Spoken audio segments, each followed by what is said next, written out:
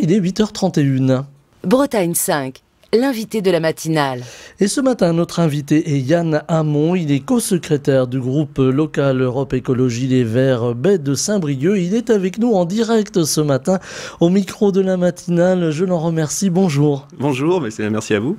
Alors Yann Hamon, on va parler de politique et on va parler d'écologie. L'écologie, c'est une préoccupation. Plus encore l'environnement aujourd'hui, alors que l'ONU vient d'annoncer que nous étions 8 milliards d'êtres humains sur Terre.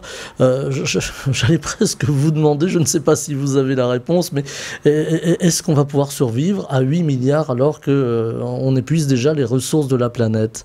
Alors la question, c'est pas le nombre d'habitants, et c'est pas parce qu'on est 8 milliards qu'on épuise les ressources de la planète, c'est la consommation d'une partie de cette population. Il faut bien savoir, la Terre a la capacité de nourrir 8, 10, 11 milliards d'êtres humains. Ça, c'est pas vraiment un problème. Il s'agit de voir comment on le fait.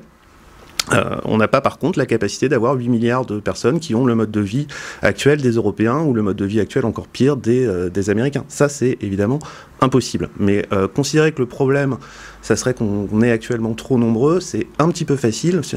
On peut accuser l'Inde d'être un très gros pollueur, mais en fait, l'impact d'un Indien par rapport à celui d'un Français ou d'un Français et là encore plus d'un Américain sur le climat, sur l'épuisement des ressources, il est assez ridicule. On a 10% de la population en fait qui produit, par exemple pour les gaz à effet de serre, 50% des gaz à effet de serre. Donc ça veut dire que c'est le mode de vie qui est plus la difficulté que, évidemment, le nombre d'habitants en soi. Donc, de toute façon, les projections ne sont pas vers une explosion. On pourrait, si on se disait qu'on allait vers 15-16 milliards d'habitants, là, évidemment, on serait dans des grandes difficultés. Mais la plupart des pays ont enclenché leur transition démographique et les projections nous amènent, dans certains cas déjà, avant la fin du siècle, à une régression. Donc voilà, on est entre des projections à 10 et des projections à beaucoup moins. Donc c'est pas le problème principal. Je pense que c'est un peu parfois une excuse qu'on voit sur les réseaux ou chez certains responsables politiques. Voilà, c'est un peu facile. On accuse la surpopulation. C'est toujours, d'ailleurs, en Afrique, c'est toujours dans les pays pauvres. Sauf que il se trouve que ce ne sont pas les pays pauvres qui polluent le plus. Avec aujourd'hui un impact aussi sur les modes de vie. On lit d'ailleurs depuis quelque temps dans la presse ces jeunes gens qui se marient et qui n'ont pas du tout envie, ou qui vivent ensemble, et qui n'ont pas du tout envie d'avoir d'enfants parce qu'ils n'ont pas envie de transmettre à leurs enfants une planète abîmée, une planète, allez, on peut dire le mot invivable. Alors ça, c'est extrêmement inquiétant. Enfin, vous imaginez le niveau de désespoir dans lequel on a mis la jeunesse pour que... Je pensais qu'on serait dans des choses un petit peu plus gaies ce matin, mais on va commencer comme ça. Alors, on va essayer d'être un petit peu plus léger après. Mais oui, là, le niveau de désespoir est assez terrible. Si des jeunes gens maintenant se disent on n'a plus d'enfants, alors c'est un raisonnement qui peut s'entendre, parce qu'il y a quand même des choses très inquiétantes qui se profilent.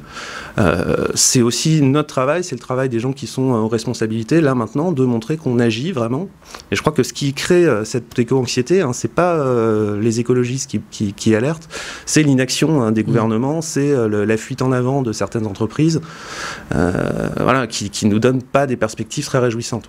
On va travailler à ce qu'il y ait un peu plus d'espoir quand même, parce que là c'est assez désolant d'entendre des choses comme ça, effectivement. Alors Yann Hamon, on va en parler de l'espoir parce que évidemment il existe, il n'est pas question ce matin de faire du catastrophisme. On a commencé par les choses sérieuses et graves parce qu'elles le sont finalement, mais comme toute chose grave il y a aussi le sursaut, il y a l'envie et justement là aussi les jeunes se sont emparés de ce problème, de ces problèmes climatiques et plus encore aujourd'hui on voit la population qui commence à prendre conscience. On a eu un été terriblement chaud, un automne qui est encore chaud malgré tout, on a eu ce manque d'eau, on a eu ces incendies, et là encore on voit que chacune prend son destin en main et décide de faire quelque chose pour la planète. Plein de petites initiatives, notre matinale ne suffirait pas pour toutes les citer, mais est-ce que justement il ne réside pas là l'espoir ? Alors l'action est porteuse d'espoir, ça c'est évident, et donc toutes les actions, surtout l'action collective, mais effectivement les éco-gestes c'est toujours intéressant. Il ne faut pas que ça soit l'excuse pour cacher l'absence de décision politique, par exemple, là, ce que vient de faire Elisabeth Borne, donc expliquer que ça serait bien que les Français roulent à 110 km/h, mais on ne va quand même pas l'obliger. Voilà, un moment où il faut être, on est au gouvernement, on prend ses responsabilités. L'autoroute, on peut économiser 20% de carburant. Bon, on fait ça pour tout le monde. Et donc, il y a beaucoup de gens qui vont trouver ça normal et qui vont apprécier d'économiser 20% de carburant. Hein. Voilà. En ces temps, effectivement, il n'y a pas de choix assez tranché. On parle de véhicules électriques aujourd'hui. Est-ce que c'est une bonne idée ou une fausse bonne idée? Alors, les véhicules électriques, ça c'est un problème compliqué. Ça dépend. C'est une solution partielle. On ne peut pas dire on ne va pas du tout faire de véhicules électriques. On a des endroits où ça sera quand même assez difficile de remplacer la voiture. Donc dans les zones rurales, en Bretagne, on sait ça. Il y a évidemment besoin aussi encore de mobilité individuelle. De toute façon, on ne va pas changer la civilisation qui est construite autour de la voiture du jour au lendemain. Donc évidemment, il faudra des véhicules électriques. Maintenant, si on commence à s'imaginer qu'on va pouvoir remplacer tous les véhicules actuels par des véhicules de même gamme, voire voilà, des SUV comme ce que propose Renault, la nouvelle 4L, en fait c'est un SUV électrique. Donc là on a des voitures qui ont 100 kW de batterie, c'est absolument pas utile, on peut avoir des citadines à 50 kW de batterie, déjà on en fait deux avec le même nom de métaux et avec la même consommation d'énergie. On commence. À la place un SUV 4L comme ça, d'un véhicule avec 100 kWh de batterie, on peut aussi faire 250 vélos électriques. Voilà. Donc il faut avoir une idée des ordres de grandeur. Il faudra une partie de véhicules électriques, mais la solution ne réside pas, il ne faut pas rêver, hein. On a des problèmes ensuite de métaux critiques, c'est-à-dire on va manquer de lithium, de cobalt, peut-être de cuivre, enfin c'est des métaux qui existent encore, mais qui sont de plus en plus difficiles, donc de plus en plus coûteux à extraire. Ça veut dire que si on se lance dans cette idée de remplacer tout le parc, on va droit dans le mur. Donc ça, c'est si on vient sur la COP 27, ça c'est la transition à l'américaine. C'est ce que Joe Biden prétend faire, c'est-à-dire remplacer complètement, sans changer du tout le mode de vie, remplacer simplement une énergie par une autre, une technologie par une autre. Bon bah ça peut-être que les États-Unis y arriveront, mais le reste du monde ne pourra pas faire. Avec des questions d'environnement, on imagine bien que pour extraire du lithium, par exemple, ça a quand même un impact écologique. On le voit ici en Bretagne, puisqu'il est question d'extraire du lithium en Bretagne, également dans le centre de la France. J'imagine que à Europe Écologie Les Verts, vous en parlez, vous surveillez ce genre de projet. Alors il faudra regarder, je sais que dans le coin, il y a une mine d'Andalousie, Taglomel, qui pose des problèmes. De toute façon, toutes les mines posent des problèmes environnementaux. Donc il faut surveiller ça avec beaucoup d'attention. Est-ce que, dans le même temps, est-ce qu'on peut se dire, on n'exploitera pas de mines en France et on va exporter en gros notre pollution? Donc là, ça pose une question aussi. Donc la seule solution pour diminuer l'exploitation des minières, c'est de se dire qu'on va consommer moins de métal et qu'on va mieux recycler. Bon, si on veut être totalement honnête, probablement qu'il faudra ouvrir quelques mines. Hein. Il n'y a pas de raison de se dire que la France ne produira pas de métaux et consommera uniquement des métaux qui sont produits dans les pays du tiers-monde. Enfin, à un moment, il faut être cohérent avec ce qu'on fait aussi. Avec des causes sociales aussi dans les pays du tiers-monde où voilà, la règle sociale n'est pas forcément respectée. Aujourd'hui, changer de mode de vie, changer de rythme de vie, ça passe par beaucoup de choses. Ça passe par la consommation, ça passe par le travail, ça passe par les rythmes de travail. Est-ce qu'on a toute une société à repenser, mais alors pas seulement au niveau français, au niveau mondial? Oui, on est sur un rythme. Alors, au niveau mondial, il y a des grandes disparités, donc c'est un petit peu difficile d'évoquer ça, mais il y a des conséquences de la mondialisation qui sont quand même un petit peu compliquées. Bon, là, la Chine a beaucoup d'efforts à faire, certes, mais la Chine, en même temps, c'est un peu notre atelier, donc une bonne partie de la pollution de la Chine, c'est aussi ce que nous, on consomme, ce que les Américains consomment. Donc voilà, donc pour l'instant, il y a la question de comment vont pouvoir se développer les pays en développement. Donc là, il va falloir les aider. C'est tout l'objet de la COP en ce moment, là, les négociations sur quel sera le niveau d'aide qu'on leur donnera pour qu'ils puissent assumer leur transition énergétique. Ça, c'est très important, parce qu'ils y arriveront sans doute pas seuls, et risquent de se tourner encore vers du charbon, vers des fossiles, alors que c'est pas une bonne solution pour eux, puisque ça va coûter de plus en plus cher, mais c'est la solution la moins chère dans l'immédiat. Donc là, il y a une vraie question de palier, finalement. C'est ça, il y a un investissement à faire. De toute façon, la transition pour la partie énergétique, elle est rentable à terme. On voit bien que le prix de l'éolien, le prix du solaire est en train de baisser. Ce sont des énergies durables. Voilà, donc c'est évidemment vers là qu'on doit aller. Mais ça demande un investissement de départ. Voilà. C'est comme la rénovation thermique.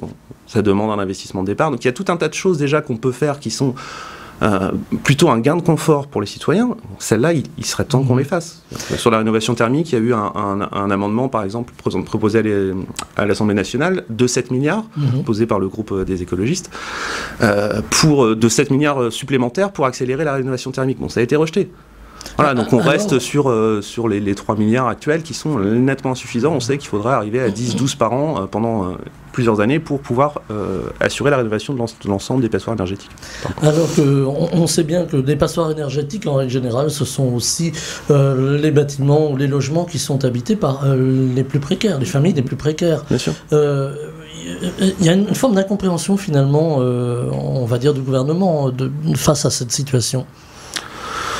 C'est-à-dire qu'on a des choix budgétaires qui sont faits et on a des choix qui sont souvent pour protéger un modèle libéral, pour protéger les grandes entreprises, pour ne pas alourdir la fiscalité du capital. Enfin, il y a plein de choix comme ça qui sont des choix politiques. Hein, il faut bien dire. C'est pas qu'on ne peut pas faire, c'est que pour l'instant on décide de ne pas faire.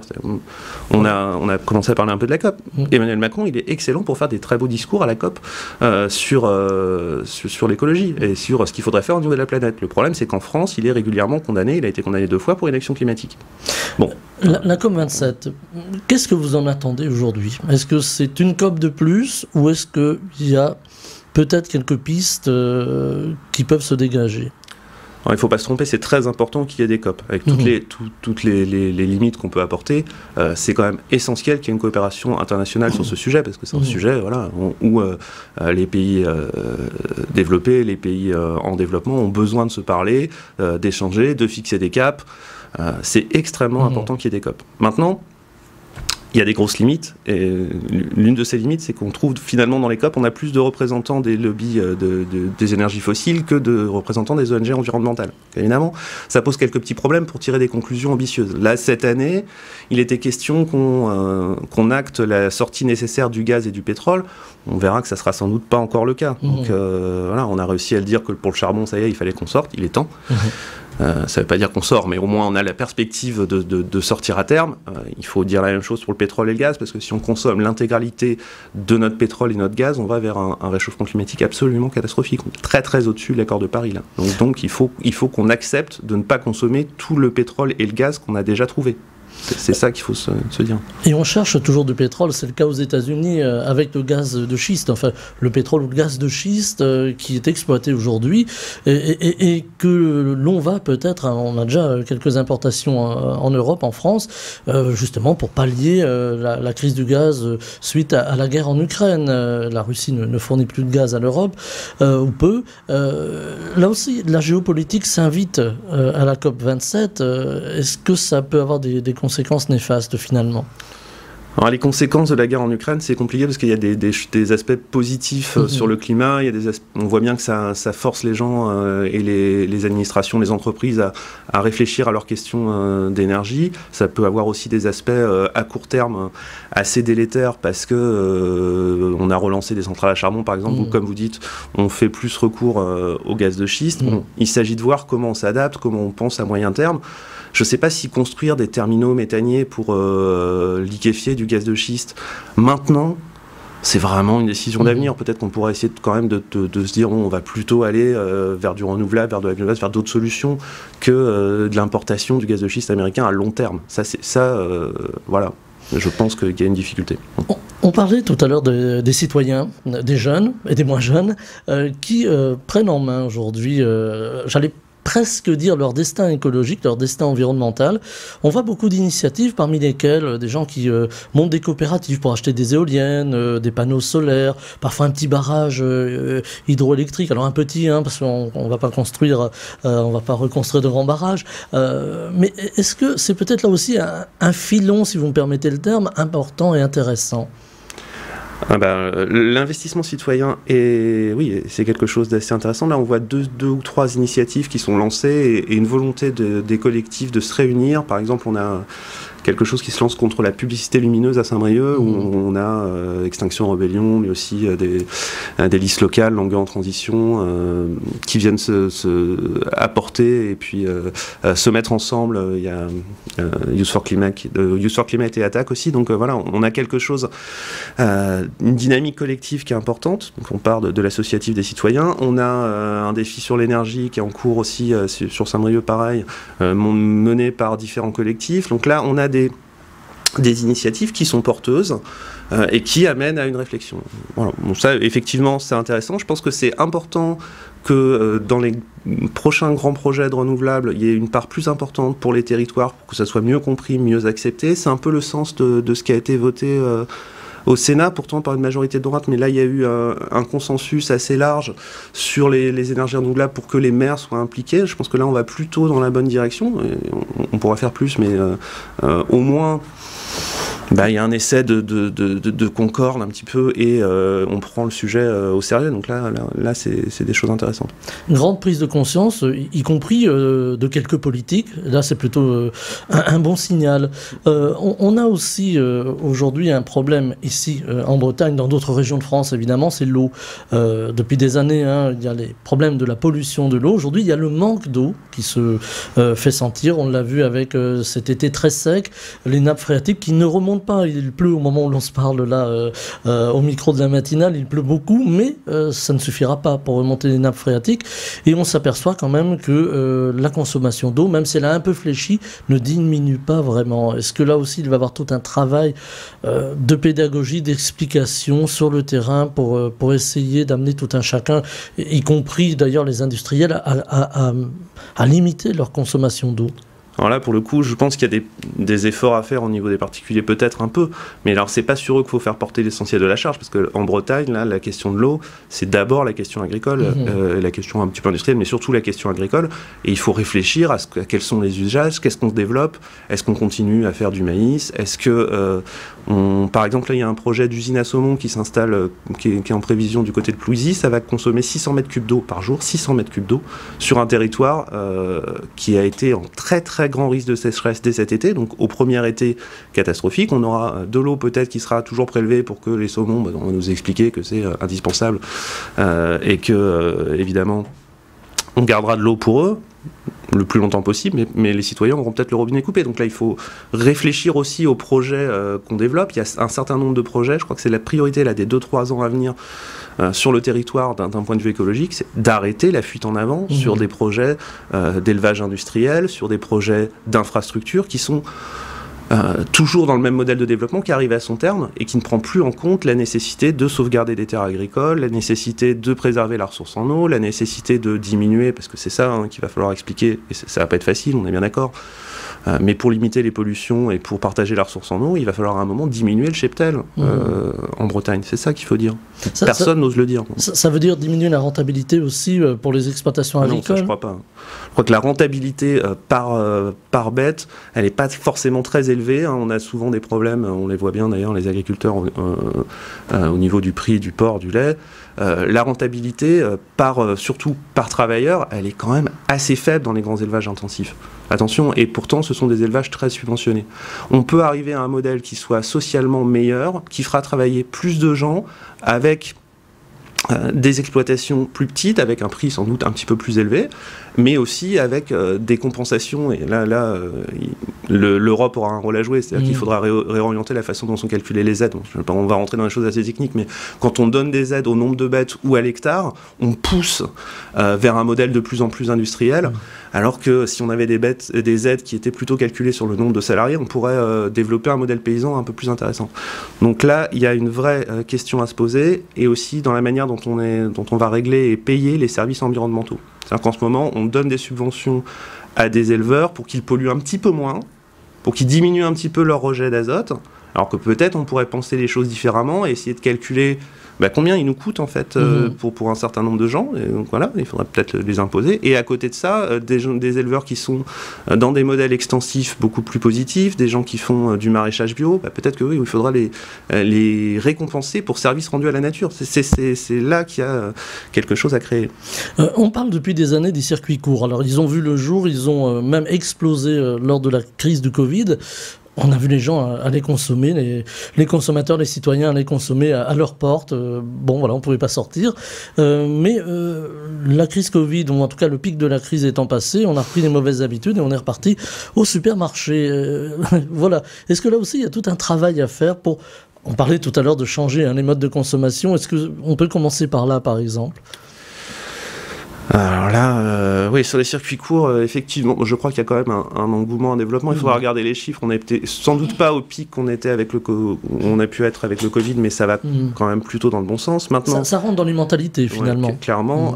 Bon, c'est aussi aux collectivités de s'en emparer. On a, par exemple, des objectifs avec la loi Egalim sur les cantines scolaires qui sont pour l'instant péniblement atteints, alors qu'on demande simplement 20% de produits bio et locaux. Donc on doit pouvoir arriver à faire mieux que ça, on pourra avoir une volonté politique. C'est pas du tout appliqué, ou c'est assez faiblement appliqué au niveau des collèges, par exemple. Donc là, on a des améliorations à faire, il faudra qu'on y travaille avec le conseil départemental. Voilà, on a des pistes comme ça pour que les pouvoirs publics aident aussi à la structuration de ce genre de filière. C'est pas toujours ce qu'elles font. On est parfois plutôt dans des aides à l'élevage industriel, ou en tout cas une certaine... je vais essayer d'utiliser un terme pas trop désagréable, mais voilà, on a, disons qu'on a peut-être une proximité parfois un peu trop forte avec certains syndicats agricoles, qui fait qu'on reste dans des habitudes de développement. On a les projets, là, à Langoat, on passe de 12 000 à 27 000 porcs, on nous dit que c'est un projet exemplaire. Bon, moi je veux bien, mais c'est un petit peu compliqué. On a à Zelvor avec l'extension de porcherie du président du syndicat des éleveurs porcins bretons. Bon, voilà. Ici, on a des questions à se poser sur qu'est-ce qu'on veut développer comme modèle et où est-ce qu'on met les aides publiques éventuellement. Les consommateurs, bien sûr, ont un rôle, mais on ne peut pas toujours tout faire porter sur les consommateurs, surtout que là, il y a des arbitrages qui sont faits à cause de l'inflation. Donc, si derrière, on ne défend pas politiquement un modèle plus qu'un autre, et on fait plutôt l'inverse, quand même, en Bretagne souvent, dans ce cas-là, on peut difficilement tout dire aux consommateurs de faire l'effort. Voilà, les plus aisés le feront, mais est-ce que les gens qui ont des difficultés à boucler leur fin de mois, on comprend très bien qu'ils puissent aller vers une alimentation qui est pour l'instant moins chère. Aujourd'hui, on voit aussi ces militants du climat. Alors, je vais vous demander votre sentiment là-dessus, parce qu'on entend parler d'éco-terrorisme, de violence. On l'a vu autour de cette manifestation autour des bassines. Donc, est-ce qu'aujourd'hui, il faut frapper l'opinion publique, c'est-à-dire en collant sa main, par exemple, sur un tableau de maître, ou en jetant quelques cailloux sur les forces de l'ordre pour faire passer l'idée écologique, ou est-ce que à vos yeux, c'est trop violent ? Alors, la violence en elle-même, ça, elle est toujours contre-productive, ça, il n'y a aucun doute. Donc, il ne faut pas mélanger les activistes écologistes et les Black Blocs qu'on a pu voir à Sainte-Soline. C'est pas la même chose.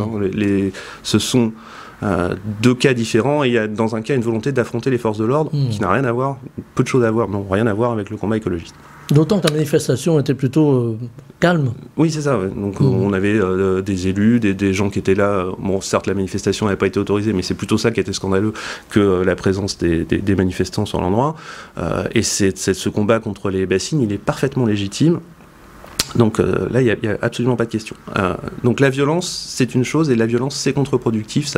Ça désengage des familles qui pourraient venir manifester, ça met l'opinion plutôt contre les militants écologistes. Donc là, c'est évidemment quelque chose qu'on condamne. Ensuite, pour ce qui est des actes de désobéissance civile, bon, ça, on sait que ça a toujours été dans la tradition du militantisme, et que ça amène à des victoires. Je ne vais pas revenir jusqu'à Rosa Parks, mais voilà, le Gandhi, on ne va pas commencer à condamner la désobéissance civile, ça serait totalement absurde. Au contraire, la désobéissance civile contre des projets destructeurs, elle est absolument nécessaire.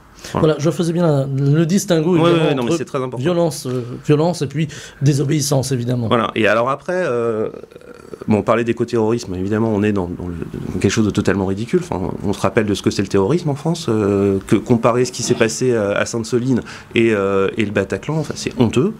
Je ne comprends pas que Gérard Darmanin s'autorise ce genre de terme. Je ne pense pas que ça lui serve à grand-chose, et je crois que personne n'est dupe de ça. Vous avez parlé du tableau. le tableau, ce que ça montre surtout, moi j'ai pas envie de condamner ces jeunes filles vraiment, ce que ça montre c'est le désespoir et l'état dans lequel peuvent être une partie de la jeunesse face à l'inaction des gouvernements. Là c'est Just Stop Oil. On peut être choqué par le fait de jeter de la soupe sur une vitre, ça c'est possible. Maintenant, ce qui se passe en Grande-Bretagne, c'est qu'on rouvre des champs de gaz de schiste.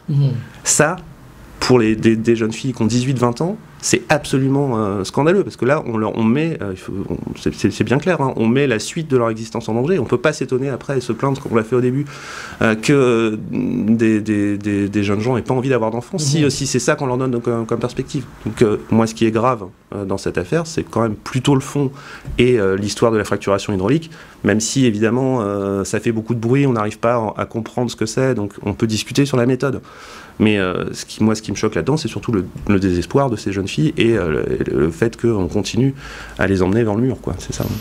Est-ce que, et ce sera ma dernière question, car le temps tourne, il nous reste une petite minute à peine, est-ce que Yann Hamon, aujourd'hui, l'écologie, on a dit, oui, l'écologie, c'est pas une question politique, c'est transversal, etc. Est-ce que, finalement, si, c'est réellement une question politique, l'écologie ? Je crois que c'est même la question politique. C'est-à-dire que l'écologie, on l'a dit, ça ne peut pas être juste... quand on vous dit l'écologie, c'est pas politique, en fait, on vous dit on va changer une technologie par une autre, on va remplacer du pétrole par de l'électricité et ça va marcher. Sauf que si on prend l'ensemble du problème et pas que le problème carbone, on sait que ça ne pourra pas fonctionner. On a tout un tas de problèmes de consommation de métaux, de consommation des sols, d'usure des sols, de pollution extérieure, etc., qui font que, de toute façon, le mode de vie doit changer. Quand on doit changer de mode de vie, c'est évidemment une question politique. Donc on ne peut pas compter sur l'écologie faite par les libéraux, l'écologie faite par les productivistes pour penser par les productivistes. C'est presque c'est antinomique en fait. Donc la question écologique, elle est forcément politique. Les technologies ne nous sauveront pas finalement. Pas seules en tout cas. Il ne faut pas non plus entièrement les rejeter parce qu'on en aura besoin, comme on a dit un petit peu sur la voiture électrique, mais ne compter sur la technologie sans changement de mode de production, sans réfléchir à un avenir différent, et ça c'est vraiment le rôle du politique, ça sera simplement impossible, ça ne tiendra pas. Yann Hamon, co-secrétaire du groupe local Europe Écologie Les Verts Baie de Saint-Brieuc, était notre invité ce matin. Il y aurait eu encore beaucoup à dire, mais vous reviendrez, c'est promis. On parle beaucoup d'écologie et d'environnement sur cette antenne. Et c'est un engagement qui est vraiment très utile. On voit que les médias, le fait que les médias, vous et puis d'autres, le service public fait beaucoup d'efforts en ce moment, commencent à parler sérieusement d'écologie. Évidemment, ça va avoir un rôle très important dans la suite et c'est vraiment fondamental pour que la prise de conscience s'élargisse. Merci d'être venu au micro de Bretagne 5 parler d'environnement, d'écologie. On continuera à le faire et très belle journée. Merci. Bretagne 5 matin, Stéphane Hamon.